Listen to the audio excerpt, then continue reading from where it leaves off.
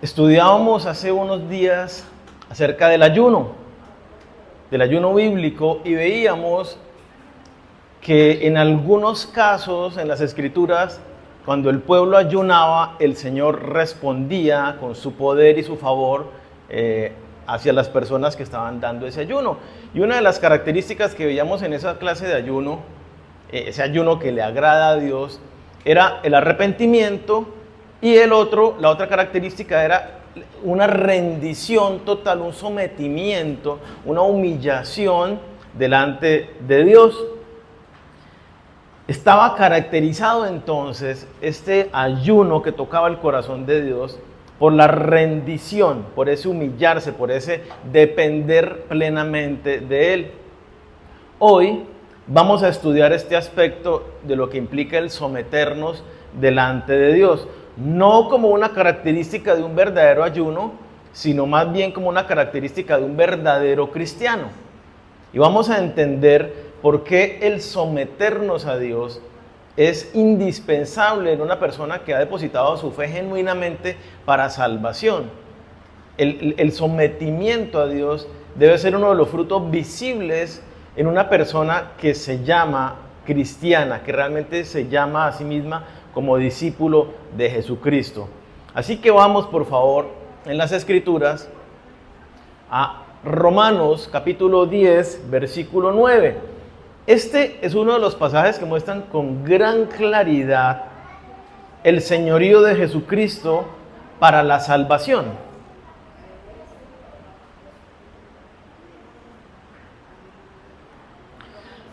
Romanos 10, versículo 9. Para dar claridad, recordemos, la salvación es por medio de la fe, no por medio de las obras. Pero la fe que verdaderamente salva, la fe que verdaderamente da un fruto para vida eterna, es una fe que es coherente con lo que Dios describe en su palabra. Y lo vamos a tener más claro durante el estudio que vamos a hacer esta mañana.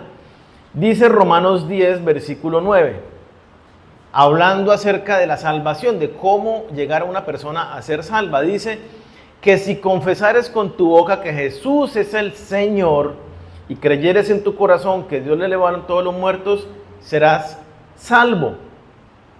De este pasaje ya hemos hablado bastantes veces en el pasado, pero quiero dar claridad nuevamente, recordar. No quiere decir de ninguna manera que si una persona hace una confesión verbal, yo recibo a Jesús como mi Señor y Salvador, entonces soy salvo. No se refiere a eso. Aquí, en el contexto que estamos hablando, esa confesión verbal que Jesucristo es el Señor, tiene una implicación, y es que el Señor era el César en esta época. Y si cualquier persona declaraba como Señor a otra persona que no fuera el César, la mataban, porque estaba rebelándose contra la autoridad del César. Y entonces, en la época, pasaban los romanos, los soldados, y la gente debía proclamar a César como Señor en la medida que iba pasando el séquito del gobierno, digámoslo. Y estos debían confesar no al César como Señor, sino a Jesús como el Señor. Es decir, su declaración tenía que ser un compromiso tan firme con el Señorío de Jesucristo que estaban dispuestos a entregar su propia vida por confesar a Jesús como el Señor de sus vidas y no al César como el Señor de sus vidas. Ese es el sentido que tiene este pasaje de Romanos. Entonces, de ninguna manera es una declaración verbal que se la lleva el viento, sino es una declaración que sale de lo profundo de mi corazón con un compromiso genuino de que estoy dispuesto a dar mi vida por Jesús. Eso es lo que dice allí de, si confesares con tu boca que Jesús es el Señor. Pero mire que el pasaje la pone como una condición. Para que usted sea salvo, Jesús debe ser el Señor de su vida. Si Jesús no es el Señor de su vida, usted no es salvo. Creyeres en tu corazón, la salvación es por fe, pero esa fe, para que sea genuina, pues tiene que producir un fruto. Y si mi fe es creyendo que Jesús pagó un precio por mi vida y que yo ahora le pertenezco, si no vivo consecuentemente con ello, no soy salvo. Jesús no es mi Señor. Entonces, para todo creyente, el fundamento, uno de los fundamentos de la salvación, de una fe verdadera, es que Jesús sea el Señor de su vida. Y esta es una confesión que nosotros vemos, por ejemplo, en Tomás, el discípulo de Jesucristo. Recordemos que Jesús es crucificado, todos lo ven allí en la cruz, todos lo ven muerto, lo sepultan, ven la tumba sellada. Tomás sabe que Jesús está muerto, pero el día de la resurrección, cuando le dicen a Tomás que resucitó, él no lo cree. Sabe que Jesús está muerto, pero luego ve a Jesucristo con las marcas, con las heridas mortales, que Jesucristo le dice, venga, meta la mano aquí por el costado. Y cuando lo ve aún vivo, con heridas mortales, sabiendo que estaba muerto, inmediatamente lo reconoce como Dios. Pero la declaración que hace es, Señor mío y Dios mío. Tú eres mi dueño, tú eres la autoridad máxima, tú eres Dios. Y se rinde en sometimiento a Jesús. Pedro, en su primer predicación, ahí en Hechos capítulo 2, vamos por favor, Hechos capítulo 2, versículo 36, se levanta y hay miles de personas y empieza a hacer un discurso y cita varias escrituras del Antiguo Testamento para mostrar cómo Jesús es el Mesías que el pueblo esperaba. Y Pedro termina su discurso con esta frase, Hechos 2, versículo 36, dice, sepa pues ciertísimamente toda la casa de Israel, o sea, esto es muy verdadero. Sepa pues ciertísimamente toda la casa de Israel, que a este Jesús del que les he venido hablando, a quien vosotros crucificasteis hace apenas 40 días, 50 días, Dios le ha hecho Señor y Cristo. Pedro termina la predicación concluyendo que Jesús ha sido hecho Señor y Cristo. Cristo, todo lo que veíamos del Mesías, ¿no? Cristo es Mesías, es decir, el Salvador prometido desde Génesis capítulo 3. Allí estaba la venida de Jesús y Él lo demuestra, este es el Cristo. Pero a Él Dios le ha hecho el Señor. El Señor. Y si nosotros empezamos a atar cabos y ser coherentes como tenemos que ser cuando nos aproximamos a la Biblia, ¿cuáles fueron las palabras que Jesús les dice, las últimas palabras que Jesús resucitado les dice a sus discípulos allá en Mateo 28, versículo 18? Yo quiero que lo veamos para que vayamos entendiendo cómo cositas que están por ahí sueltas tienen una coherencia perfecta, impecable en las Escrituras. Yo necesito declarar entonces que Jesús es mi Señor para ser salvo.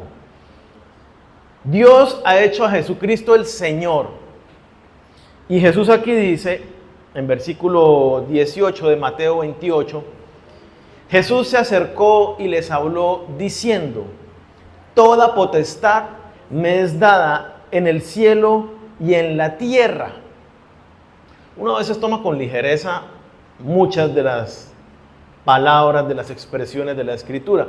Cuando Jesús dice toda potestad me es dada, ¿a qué se refiere? Literalmente potestad es la autoridad o poder de regir o gobernar. El poder de aquel cuya voluntad y mandatos deben ser obedecidos por los demás.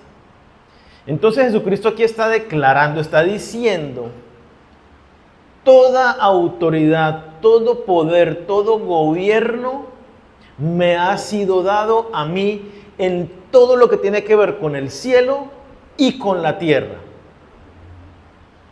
Dios, y coherente con lo que dice Pedro, Dios le ha hecho Señor, el gobernante de toda la creación. Dios ha dado a Jesús todo poder y autoridad en el cielo y en la tierra, por eso es Señor.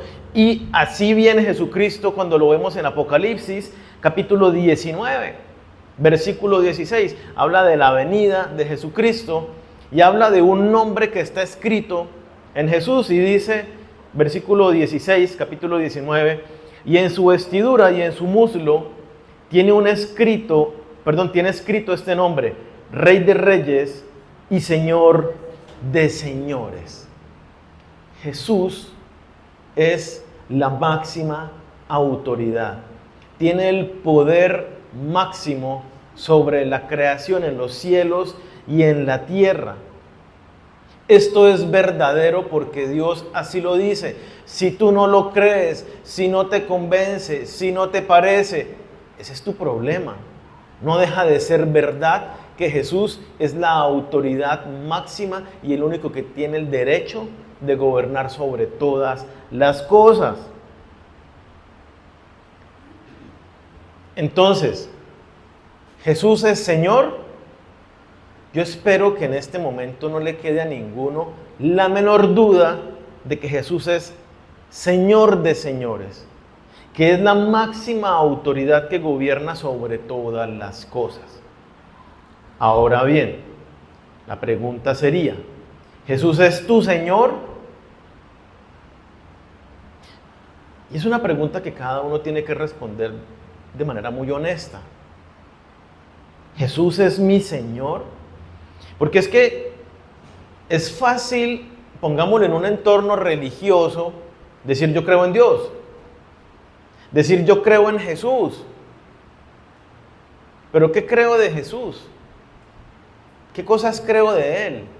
Las que me han dicho por ahí.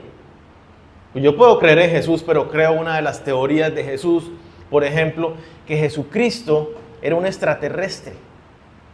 Y que Jesucristo en los años que no se dice nada, se fue a su planeta, aprendió poderes y entonces vino y por eso caminaba sobre el agua y hacía milagros y todo eso. Esa es una de las teorías que dicen por ahí de Jesucristo. Entonces yo creo en Jesucristo, sí, pero ¿en qué Jesucristo crees? ¿En el que describen las Escrituras tal y como lo describen las Escrituras o en cómo tú las malinterpretas?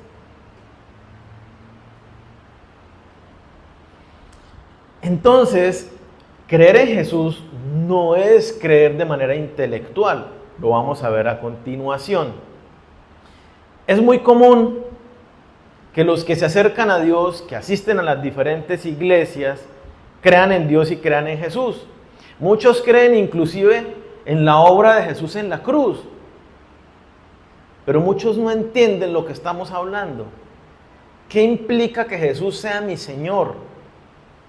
Sí, yo creo en Jesucristo. Santiago nos dice, los demonios también creen y tiemblan. Pero justamente porque no se someten al señorío de Jesucristo, es que fueron echados del cielo. Porque se rebelaron a la autoridad de Dios. Fue que fueron echados del cielo. Creen en Jesús, pero no se someten al señorío de Jesucristo. Y eso le pasa a muchos que se dicen ser cristianos.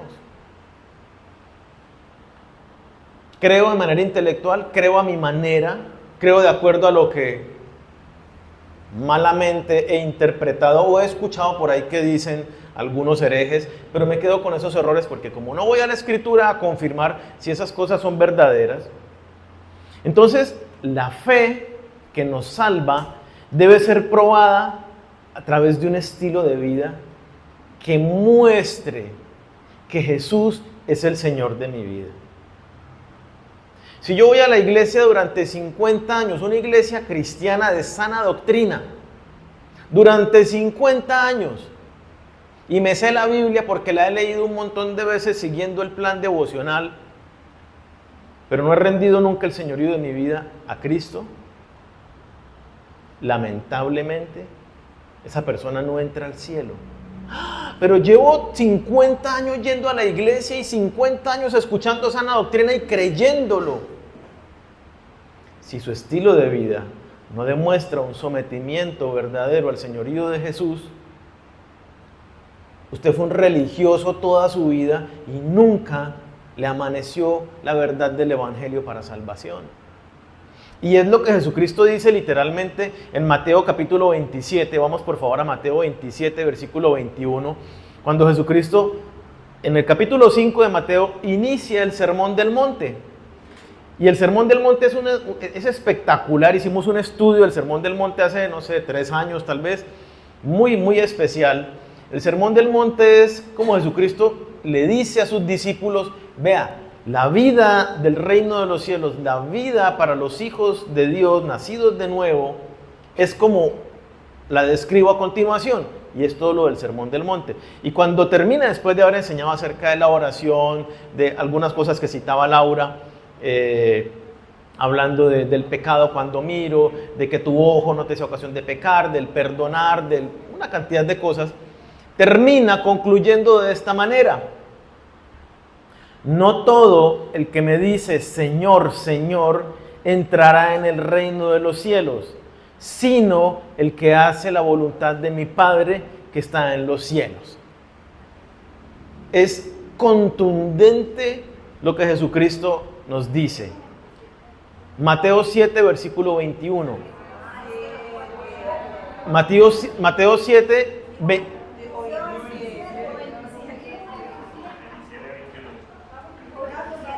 por eso, Mateo 7, 21. No, bueno, ustedes saben que se me cruzan los cables a veces, toca que estén atentos. Sí. Se me cruzan los nombres o los números. Mateo 7, 21, leámoslo nuevamente. No todo el que me dice Señor, Señor, entrará en el reino de los cielos, sino el que hace la voluntad de mi Padre que está en los cielos. Es una declaración contundente de parte de Jesucristo. Y si seguimos leyendo, ahí Jesucristo dice, y pone como un ejemplo: muchos me dirán en aquel día. ¿Cuál día? Cuando estemos en el juicio delante de Dios. Muchos me dirán, Señor, Señor, pero nosotros hicimos milagros en tu nombre. Señor, Señor, nosotros predicamos tu evangelio a las naciones. Y vendrán a decir las cosas que hicieron en el nombre de Jesucristo. Pero Jesucristo les va a decir, oiga, muy bonito, ustedes hicieron muchas cosas en mi nombre, chévere, pero nunca se rindieron al señorío de Cristo. Nunca, dice la respuesta, nunca los conocí, apartaos de mí. 50 años, 70 años, serví en el ministerio. Es más, fui predicador de la palabra de Dios. Fui misionero en la India. Nunca te conocí. ¿Por qué? Porque no me sometí al señorío de Jesucristo. No es el que me dice de labios Señor, Señor, sino el que verdaderamente yo soy su Señor, que genuinamente se somete bajo la autoridad de Cristo. Y la consecuencia es una vida de obediencia a la palabra de Dios. ¿Qué se necesita entonces para que Jesús sea verdaderamente el Señor de tu vida? La palabra Señor viene del griego kurios y se refiere a la persona que ejerce poder y autoridad, el amo. Yo soy el amo, usted es el esclavo. Esa es la relación. Yo soy dueño, yo soy la máxima y absoluta autoridad sobre su vida. Entonces, Jesús es quien ejerce toda la máxima autoridad en los cielos y en la tierra. Tenemos un amo y Señor. Ahora bien, para los creyentes podemos mirar nosotros 1 Corintios 6, versículos 19 y 20. No lo voy a leer, pero lo pueden buscar y lo pueden anotar. Ahí Dios nos está diciendo a través de la vida de Pablo en este pasaje y nos dice, no sois vuestros, pues habéis sido comprados por precio. Es muy claro lo que Dios está diciendo. Yo no tengo, si estoy en Cristo, yo no tengo ya el gobierno, la autoridad sobre mi propia vida, porque si estoy en Cristo quiere decir que le he rendido mi vida a Él y Él es el Señor de verdad en mi vida y yo le obedezco en todo. Glorificad en vuestro cuerpo y en vuestro espíritu, porque son de Dios. ¿De quién es tu cuerpo y tu espíritu? Es decir, está hablando de todo tu ser, la parte material y la parte inmaterial. Es de Dios si tú verdaderamente estás en Cristo. Si tú dices ser cristiano, pero no has rendido tu vida, no eres cristiano, no estás en Cristo. Entonces el que Jesús sea mi Señor quiere decir que yo no vivo una vida bajo mis propias reglas. Yo no vivo conforme a lo que a mí me parece. Tengo un problema, yo miro cómo lo resuelvo. Estoy enfrentando una situación difícil, yo miro a ver qué hago. No, ¿por qué no? Porque no soy mío. Mi cuerpo es de Dios, mi mente es de Dios, mi vida entera es de Dios, si realmente estoy en Cristo. Y ese es el aspecto que a veces nos cuesta y donde tenemos que trabajar en someternos, humillarnos. Y de ahí la importancia del llamado en el ayuno, para que nos humillemos delante de Dios y le digamos, si aún nos levantamos, se levanta nuestro ego a decir, yo sé lo que hago, yo me guío conforme a mi experiencia, a mis capacidades, a mis conocimientos, que podamos reconocer delante de Dios, Señor, soy un egocéntrico, soy llevado totalmente por mi yo y no me he rendido a ti, Señor, perdóname. Realmente quiero que tú gobiernes mi vida. Y para ello tengo que asumir un compromiso de estudiar la Biblia para que Dios me dé la luz, me dé sabiduría. Dice la palabra que el Espíritu Santo es quien me guía a la verdad. La verdad son las Escrituras. Dice Jesucristo, tu palabra es la verdad, en Juan capítulo 17. Entonces, necesitamos rendirnos realmente a Jesucristo. Señor, ¿cómo hago esto? Señor, ¿cuándo hago esto? Señor, ¿hago esto? Y es lo que vemos en algunos reyes del Antiguo Testamento sometidos verdaderamente a Dios. Está el ejército al frente de su ciudad acampando para pelear. ¿Qué hace un rey? Alisten los ejércitos, nos vamos a la guerra. Y vemos a estos reyes buscando a Dios. Señor, he de salir a la guerra contra fulanito. Y a veces Dios le dice, no vaya, yo me encargo. Y Dios mismo pelea la batalla y los destruye. Porque consultaban a Dios. En otras oportunidades lo vemos, sí, salga a la guerra, pero la estrategia es esta. Y le decía cómo enfrentarlo en batalla. Ante peligro inminente que decimos, yo sé qué hago porque yo soy el rey, para eso me puso Dios. Este rey dependía del Señor y Dios le guiaba. Y eso es lo que implica un sometimiento genuino en nuestras vidas. De ahí la advertencia tan fuerte que nos hace Jesucristo. Ahí en Mateo 7. No todo el que me dice Señor, Señor, entra en el reino de los cielos, sino el que verdaderamente se ha sometido a la autoridad de Jesús y lleva una vida de obediencia a la palabra de Dios. Pero si como cristiano ni siquiera estudio la palabra, si no conozco, y si digo que conozco es porque llevo muchos años caminando y he oído muchas cosas terribles. Necesitamos ir a la Biblia. Se dicen demasiadas cosas equivocadas respecto de Dios. Debemos esforzarnos entonces por rendir nuestras vidas a Dios, por vivir humillados ante nuestro dueño, por entregarle todas nuestras áreas. ¿Qué le dice Jesucristo al joven rico?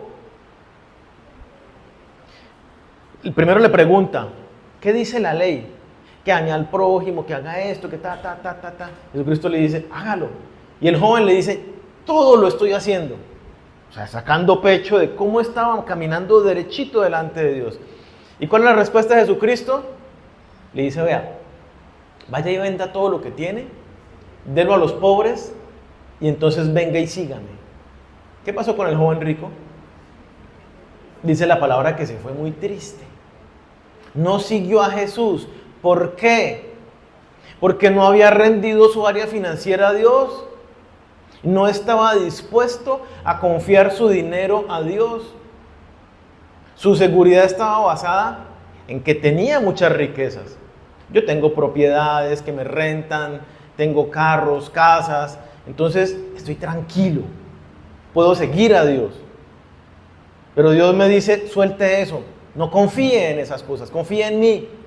Y dice, no, sabe que no estoy dispuesto a soltar mi seguridad.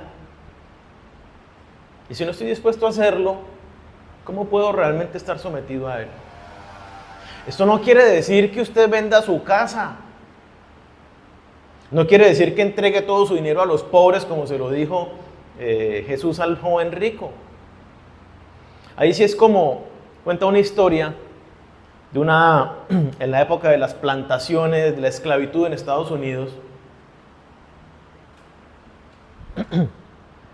Un esclavo que todo el tiempo estaba sonriente allá, trabajando la tierra, lleno de barro, herido y cantando alabanzas y sonriente todo el tiempo. Y entonces su amo se acerca y le pregunta: ¿usted qué tiene? ¿Por qué todo el tiempo está sonriente y alegre? Entonces él dice: es que yo amo a Jesús. Él me ha dado la vida eterna y ha puesto una canción en mi corazón. Y entonces el amo le dice: yo quiero tener eso. ¿Qué debo hacer? Porque el amo, aunque tenía mucha riqueza, se sentía mal, vacío. Y entonces el esclavo le dice: vaya, vístase con ropa de trabajo y venga como uno más de nosotros en medio de la tierra a trabajar como nosotros. Se va renegando el amo que se creyó que no sé qué. Vuelve a los días. Venga, no, esclavo, en serio, ¿qué debo hacer para tener ese gozo? Amo, lo mismo que le dije la vez pasada. Vaya, póngase su ropa de trabajo, venga y trabaje la tierra como uno de nosotros, ensúciese y esté de sol a sol. Y se va. La tercera vez viene y le dice, ya desesperado el amo: ¿qué debo hacer para poder tener eso que usted tiene? Amo, lo lamento, no le puedo dar una noticia diferente. Usted tiene que dejar eso y venir a trabajar la tierra como nosotros. Bueno, está bien, voy a hacerlo. Y cuando empieza a caminar para ir a cambiarse y hacerlo, el esclavo le dice: venga, amo, ya no tiene que hacerlo. Lo que usted tenía que hacer era realmente rendirse, soltar esa dependencia, estar dispuesto a soltarlo todo. Y esto nos enseña con esta ilustración lo que Dios nos dice. No es que yo realmente venda todas mis cosas, sino que en mi corazón real y genuinamente estoy dispuesto a perderlo todo por Él. Porque es lo que realmente ya sucedió cuando Él compró nuestra vida. Lo perdí todo. ¿Usted tiene alguna propiedad? Si Jesús es su Señor, es el equivalente como que usted le transfirió el título de sus propiedades, incluyendo su propio cuerpo y sus pensamientos. Usted hizo una transferencia de propiedad a Jesús. Si no, Él no es el Señor de su vida.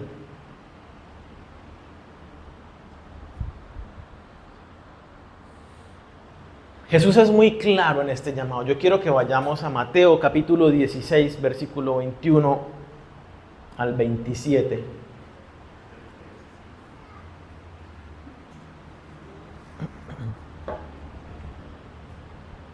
Dice Mateo 16, 21 al 27. Desde entonces comenzó Jesús a declarar a sus discípulos que le era necesario ir a Jerusalén y padecer mucho de los ancianos, de los principales sacerdotes y de los escribas, y ser muerto y resucitar al tercer día. Entonces Pedro, tomándolo aparte, comenzó a reconvenirle diciendo: Señor, ten compasión de ti, en ninguna manera esto te acontezca. Pero él, volviéndose, dijo a Pedro: quítate delante de mí, Satanás. Me eres tropiezo, porque no pones la mira en las cosas de Dios, sino en las de los hombres. Entonces Jesús dijo a sus discípulos: si alguno quiere venir en pos de mí, niéguese a sí mismo y tome su cruz y sígame. Porque todo aquel que quiera salvar su vida, la perderá. Y todo el que pierda su vida por causa de mí, la hallará. Porque, ¿qué aprovechará al hombre si ganare todo el mundo y perdiere su alma? ¿O qué recompensa dará el hombre por su alma? Porque el Hijo del Hombre vendrá en la gloria de su Padre con sus ángeles, y entonces pagará a cada uno conforme a sus obras. Es una declaración absoluta para todo aquel que quiere seguir a Jesús, para todo aquel que quiere alcanzar salvación, para todo aquel que hace una declaración de fe en Jesucristo para tener vida eterna. Y es: si alguno quiere venir en pos de mí, es decir, tú quieres vivir en Cristo, tú quieres caminar con Él, tú quieres estar con Él por la eternidad, ¿sí? Listo, la condición es esta: niégate a ti mismo. Niégate a ti mismo. Es la condición para ser discípulo, para andar en Cristo. Niégate a ti mismo. La palabra es el griego, bueno, no lo voy a decir la palabra porque estoy enredada. Lo que significa es desconocerse por completo, separarse totalmente de alguien. Esta es la palabra que Jesús usa para describir la negación de Pedro. Cada vez que Pedro fue confrontado esa noche, Pedro negaba más contundentemente a Jesucristo, alejándose y separándose más de él. Él desconoció a su maestro delante del mundo. Es exactamente la negación que un creyente debe hacer con relación a sí mismo. Debe desconocerse por completo, es decir, negarme a reconocer el control que yo venía teniendo toda mi vida sobre mi propia vida. Ya no más controlo yo mi vida. Esa negación implica ya no más yo hago las cosas a mi manera. En mi trabajo, en mi pareja, en mi carácter, en todos los aspectos de mi vida. Ya no más. Soy yo, me separo de mí mismo. Eso es lo que implica realmente dejar que Cristo tome el control en nosotros. No es teoría, porque muchas veces, Señor, toma el control de mi vida. No es toma el control. Yo tengo que rendirle el control a mi vida y demostrarlo con la lucha diaria de negarme a mí mismo. Hago una aclaración, cuando dice niégate a ti mismo, no es negar tu identidad personal. Dios te hizo de manera única y tienes unas características particulares que Dios ha puesto en ti. Ese niégate a ti mismo es a esa naturaleza caída, a ese yo que quiere gobernarlo todo a su propia manera, que no quiere aceptar las verdades de Dios, que se apega, entonces mi seguridad está en que tengo dinero, y entonces no estoy dispuesto a soltar el dinero, no voy a dar diezmo, no voy a ofrendar, por poner un ejemplo, nos cuesta soltarnos. Entonces, y refuerza, entonces dice, niégate a ti mismo.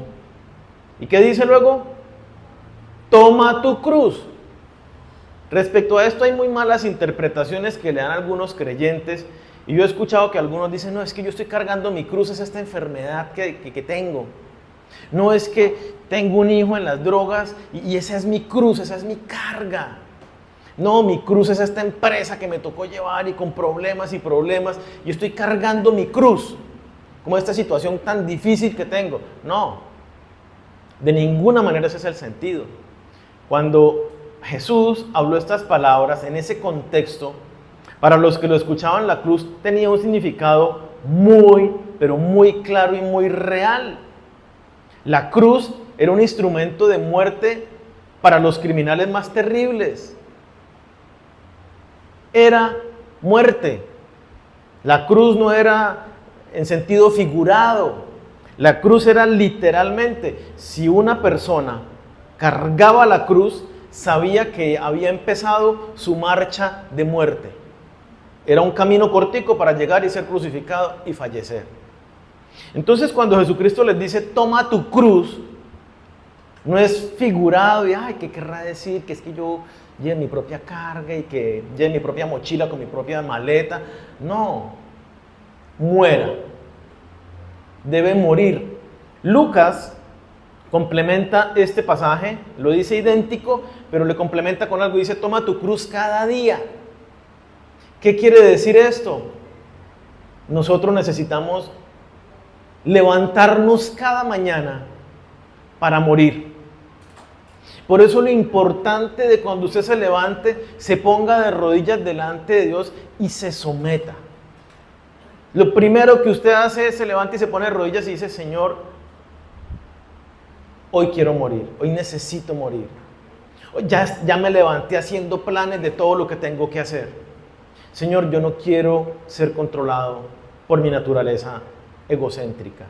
Me rindo ante ti y aquí estoy delante de ti, Señor. Te rindo el control de esta situación, de esto. Dame tu sabiduría para obrar. Debemos morir todos los días de nuestra vida. Esa es la marcha de llevar la cruz. Es un proceso donde vamos descubriendo nuevas áreas y digo, uy, yo esto estaba fallando. Señor, por eso nos dice Colosenses 3, haced morir pues todo lo terrenal en vosotros. Y nos da una lista de las cosas que tenemos que hacer morir. Nosotros somos los que tenemos que morir. Niéguese a sí mismo, tome su cruz cada día y entonces sígame. Una vez que me desconozca a mí mismo, que le rindo el control, que muero de manera consciente, empiezo a someterme, empiezo a buscar esa sabiduría y dirección en las Escrituras, estudiándolas con los hermanos, capacitándome, estudiándolas en mi casa, empiezo a adquirir sabiduría para vivir a la manera de Dios. Ahí es cuando puedo seguir a Jesús. Ahí es cuando empiezo a vivir una vida en Cristo. De modo que si alguno está en Cristo, nueva criatura es, las cosas viejas pasaron y aquí todas son hechas nuevas. Si yo no he rendido mi señorío, mi vida al señorío de Cristo, no estoy en Cristo. Sigo siendo la misma vieja criatura, con los mismos hábitos, con los mismos pecados, llevada a mi propio parecer. Ahí es cuando verdaderamente Jesús es el Señor de tu vida. Ahí es cuando verdaderamente tú te das cuenta que cuando estés delante del trono de Dios, Él te va a decir, bien, buen siervo y fiel, pasa al gozo de tu Señor. Y no te va a decir, no te conozco. Continúa, ¿no? con una paradoja. Jesucristo es bien interesante. Todo el que quiera salvar su vida la perderá. Y todo el que pierda su vida por causa de mí, la hallará. El que quiera salvar su vida la perderá, dice. ¿A qué se refiere esto? No es complicado entender la paradoja. El que quiera mantener su estilo de vida terrenal, mundano, aferrándose a las cosas materiales, sus comodidades, su tranquilidad, etcétera, ser aceptado por el mundo, esa persona entonces pierde la oportunidad de la salvación y la vida eterna. ¿Usted quiere aferrarse a las cosas del mundo? Bien pueda, pero no tiene posibilidad con la eternidad. Y en oposición, entonces dice, bueno, ahí es cuando entendemos nosotros en lo que leíamos antes. ¿Qué le dijo Jesucristo a Pedro? Apártate de mí, Satanás, porque no ponen la mira en las cosas de Dios, sino en las del mundo. Cuando nosotros ponemos la mira en las cosas del mundo, mira cómo nos llama Jesucristo. Satanás, adversario, usted está en contra mía, porque usted no se somete a los planes y la voluntad de Dios, sino quiere seguir gobernando su propia vida conforme a una naturaleza caída y corrupta, cuando Cristo vino a restaurarlo para que viva de una manera santa. Entonces, el que quiere salvar su vida, seguir haciendo las cosas a su manera, justifíquelo como quiera, pierde la oportunidad de la vida eterna. Pero entonces continúa, y todo aquel que pierda su vida por causa de mí, la hallará. El Evangelio de Marcos lo complementa un poquito, dice todo idéntico, pero le añade una frase: todo el que pierda su vida por causa de mí y del Evangelio, la hallará, dándole un sentido más claro a la intención de lo que dice Jesucristo. El que sigue a Jesús debe estar dispuesto a renunciar a su vida, a los privilegios, a las comodidades. Como les contaba la historia del amo allí de estos esclavos de este cultivo en Estados Unidos. Renunciar a una vida terrenal y mundana. Estar dispuestos inclusive a sufrir una muerte a causa de Dios y del Evangelio. Ustedes sabían que hoy en día, tiempo presente, esto está sucediendo en Nigeria, por ejemplo, por mencionar uno.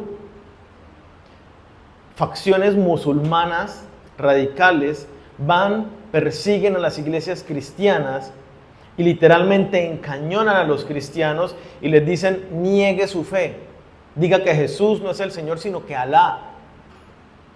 Y estos cristianos se han negado a la petición y dicen Jesús es el Señor. Y es lo último que dicen antes de recibir un disparo en la cabeza. Es una realidad que está sucediendo en tiempo presente hoy. No es que pasaban los tiempos de Jesús, 2026. Estamos dispuestos. Eso es la verdadera obra de salvación.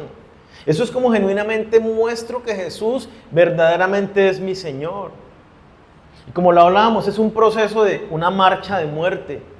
Me voy sometiendo en la medida que voy acercándome a Jesús, que lo voy conociendo, voy creciendo en mi confianza en Él, voy soltando y voy soltando y voy soltando.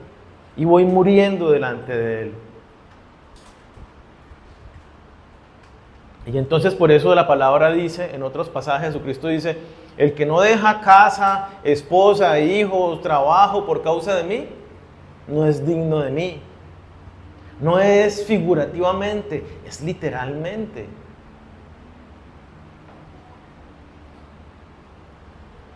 Y Jesús lo complementa con un ejercicio de imaginación. Ahí dice el versículo 26, porque ¿qué aprovechará al hombre si ganare todo el mundo y perdiere su alma? Entonces básicamente nos dice, imagínese un hombre que tiene tanto dinero y tanto dinero y tanto dinero, que compra países, compra el mundo entero y es el dueño de todas las cosas. Mansiones en cada lugar, aviones, yates, carros, es el dueño literal del mundo. Jesucristo dice, ahora imagínese este hombre, todo lo que tiene y no tiene la vida eterna y va a pasar el resto de la eternidad en el infierno.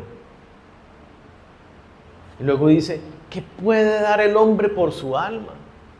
Todas las riquezas del mundo entero no compran la vida eterna de nadie, solo Jesús. Y entonces ahí es donde entendemos y decimos, yo no puedo aferrarme a nada. Yo no puedo estar persiguiendo las cosas de este mundo, ni decir que amo a Dios, pero hago todo como me da la gana. Debo someterme y humillarme diariamente delante de Dios y decirle, Señor, mi naturaleza se levanta, soy un egocéntrico, quiero hacer las cosas a mi manera, ya tracé planes para esto, perdóname. Dirígeme tú. Y estar muriendo constantemente. Y termina ahí diciendo el pasaje, y con esto terminamos. Porque el Hijo del Hombre, versículo 27, vendrá en la gloria de su Padre con sus ángeles, y entonces pagará a cada uno conforme a sus obras. Dese cuenta, las obras no nos salvan, pero las obras son la evidencia de una fe verdadera.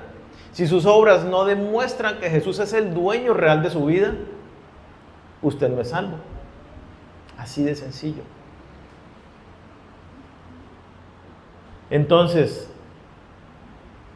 ¿cómo manejas tu vida? Tus pensamientos, tus recursos materiales, tu cuerpo físico, tus relaciones. ¿Son para la gloria de Dios? No en teoría, sino realmente para Dios, como Dios manda que hagas en cada una de esas áreas. Jesús es el Señor de señores. Todo poder y toda autoridad en el cielo y en la tierra es de Él. Dice Lucas 6:46, ¿por qué me llamáis Señor si no hacéis lo que yo digo? Seamos honestos, Señor, y es una muletilla que se usa, entonces en una sola oración de 1 minuto, dice Señor 8 veces. Señor, te pido por favor, Señor, que me ayudes, Señor. Jesucristo dice, deja de decirme Señor si no me obedeces.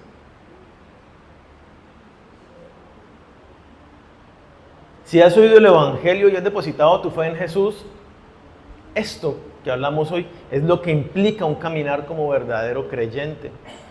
Debes negarte a ti mismo, debes morir cada día. No puedes aferrarte a tus deseos de la carne, al apego a los bienes materiales, a tus comodidades, a tu manera de ver y hacer las cosas. Debes estar dispuesto a perderlo todo, a darlo todo, inclusive tu vida, por la causa de Jesús, por el Evangelio. El sometimiento a Dios y la obediencia a su palabra son características que revelan verdaderamente un discípulo de Cristo. Alguien que está caminando ese camino de muerte. Humíllate entonces bajo la poderosa mano de Dios y ríndete a Él para vivir a la manera que Dios ha establecido, en obediencia a Él, para vivir en Cristo. Entrégalo todo en sus manos y muere a ti mismo. Y entonces, síguelo. Yo les invito a que nos pongamos de pie, vamos a orar.